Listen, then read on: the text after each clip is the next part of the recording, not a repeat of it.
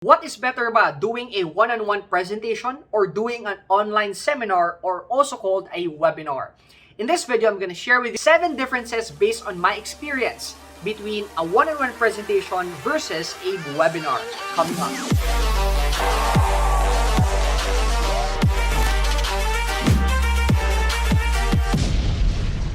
Hello Tycoons, this is Fibo Lim, your internet marketing coach. In this channel, we publish weekly content that will help you grow your business online. If you're new here, consider subscribing. Don't forget to ring the bell button so that every time we publish new videos, you are gonna get notified. Before we begin, I want to invite you to my masterclass where I share with you how do you attract your dream clients, convert your prospects into paying customers using an automated online sales process. If you're interested on this, kindly visit this link, fibolim.com/class, to register for a free seat right now. Okay, so what I'm gonna do, I'm gonna share with you 7 differences, okay? 7 comparisons between a one-on-one presentation and a webinar, and I'm gonna create 2 columns right now. Now, first off is one-on-one presentation. It's very obvious that it is not scalable. It's not easy to grow, okay? Because yes, you can talk to 2 people, 5 people, but you cannot talk to 1,000 people a day. Versus a webinar, you can talk to 1,000 people, 10,000 people, 100,000 people. In fact, Tony Robbins and Dean Graziosi conducted a webinar which had 250,000 people in a call. So what happened is, in just an hour of presentation, they were able to sell to 250,000 people, and they made tens of millions of dollars in just a 60-minute presentation, right? So those are the differences. Okay, so that gives us 1 point to the webinars. So second is, the advantage naman ng one-on-one presentations is it has a higher closing rate. Okay, compared to a webinar, it has a lower closing rate compared to one-on-one, because obviously, pag one-on-one, you have mas intense na interaction. You can break the person's objections right away, and mas mahihiya yung tao pag one-on-one. When I say webinar, by the way, for those who don't know, it's like an online seminar and it's one-to-many, okay? Of course, obviously, like any other seminar, mas mababa yung conversions pag webinar, okay? However, yun nga, there are like advantages and disadvantages, but for this case, we're gonna give 1 point for one-on-one because it has a higher closing rate. Third differences is duplication. So one-on-one it's hard to duplicate, and so webinar, it's easy to duplicate. So what this means is, I'm imagining kasi pag you are a network marketer, and then so one-on-one, I remember when I was doing network marketing, I had to train my downlines or my members how to close, how to do a presentation. And it takes time, diba? So I train them, I give them the slides, I let them repeat it again and again. Duplicatable siya, but it takes some time. And the worst is, you train the member how to present and that person quits. And then you train another person again and that person quits. And then you train again and again and again, right?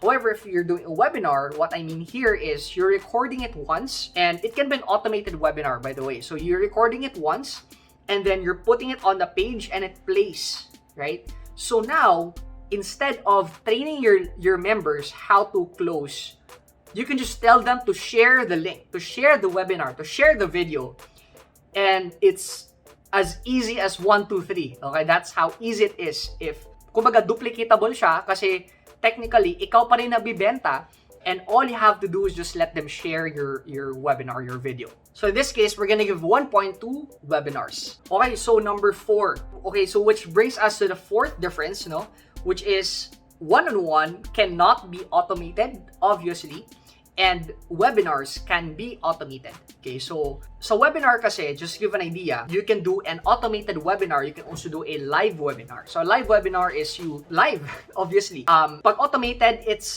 you did it live, you recorded it, and all you have to do is to stream it. Okay, so stream mo lang siya. So para siyang Facebook Live, na merong Facebook Live na live, meron ding Facebook Live na stream lang siya, video lang siya na that's done on Facebook Live, right? So if you think of it, that's the one-on-one. I have not seen an automated one-on-one call, right? So obviously, we're gonna give another 1 point to webinars. So the 5th difference is about breaking objections. So dito sa one-on-one is usually yung pag-break ng objections happens after the presentation. But dito sa webinars, it should happen during the presentation. Okay? And because of this, there's no like positive negative here. So it's a tie. But just to give an idea, sa one-on-one kasi, usually you just present and then you ask the customer, do you have any objections? Ano ba yung reason why you're not buying? Sa webinar, you don't have the luxury of doing that because there's like 1,000 people on the call and you cannot ask 1,000 people why they're not buying. Okay? So what should happen dito sa webinar is we list down all the objections. Like, I'm not techie, I don't have the money, I can't start, I'm too old enough, I'm too young enough, blah, blah, blah, blah. We'll list them down. And then during our presentation, we break them one by one so that pagkatapos ng presentation, all of their self-limiting beliefs are broken down and na-answer namin. Okay? Because sa webinar, you don't have the luxury of closing talaga and asking them ano yung tingin nila sa presentation. Okay? So in this case, okay, I'm gonna be a little biased. We're gonna say that we're gonna give na lang 1.2 to one-on-one presentations because literally you can break the objection. However, I'm gonna say, magulo ako, no? What? But I'm gonna say if you're good in doing webinars, kaya mo siyang i-break by doing webinars. I see. Okay, so fine, let's just give 1.2 one-on-one just because you can break the objection of the person. About time! Which brings us to the sixth difference is, so one-on-one, it decreases authority. And this, we're talking about authority now. While the webinar, it increases your authority. Why is that? Because if you're selling one-on-one, you're like a salesperson. And usually, yung impression ng salesperson is mababa ka. Okay, ikaw yung may kailangan sa tao. However, if you're selling one-to-many, what happens is sila yung may kailangan sa'yo. That's why they are attending your presentation, your seminar, your webinar. Okay? So now, if you're the speaker and you're talking to 10 people, kahit hindi naman 1,000 because I've been talking about thousands because usually sa webinars namin, we have like 1,000 people, but let's assume na you only have 10 or 5 people. Even if 5 people lang yung pinepresentan mo, you have the authority. It's because they're listening to you. Okay? It's like a one-way thing. You're the speaker. It's kind of like you're on stage. However, so one-on-one, para kang ikaw yung lumalapit. Okay? And because of that, it decreases your authority if you're doing one-on-one presentation. So, in this case, we're gonna give 1.2 webinars. Lastly, is rejection. And I love this topic because when I was in network marketing, I was once told that I should eat rejection breakfast, lunch, dinner for me to become successful. What most people don't know that it is possible for you not to eat rejection and become successful. Okay? In one-on-one, obviously, you're gonna face rejection breakfast, lunch, dinner. However, if you're gonna do webinars, you're not gonna face rejection. Because ang nangyayari, because you are the speaker, it increases your authority. And yes, people might not buy, but you don't know exactly sino yung mga hindi bumili, sino yung mga hindi interested. Kumbaga, you're just doing your thing and then they're just reacting. Okay? You're not gonna get ashamed. Kasi hindi naman alam ng ibang tao kung sino yung mga bumili, sino yung hindi bumili, right? All they were focusing on is just you and them, right? Unless pag one-on-one, sobrang halata pag hindi siya bibili, so 0% yung closing rate mo. Pag bibili siya, 100%. Kasi isang tao lang, so bibili, 100. Pag hindi bibili, 0%. Unlike pag webinar, they don't know what's your closing rate. How many people bought?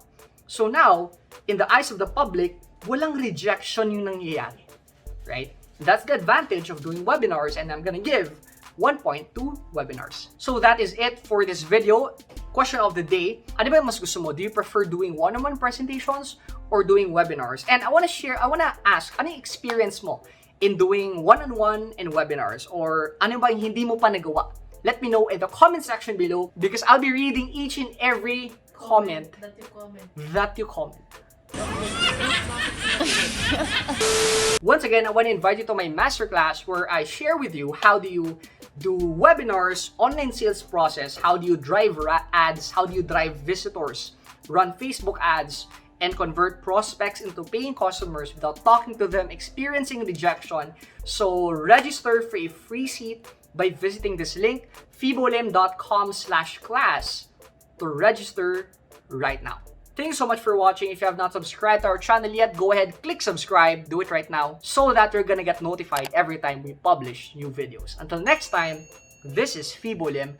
Achieve success, live with happiness, and enjoy the good life. See you in our next episode.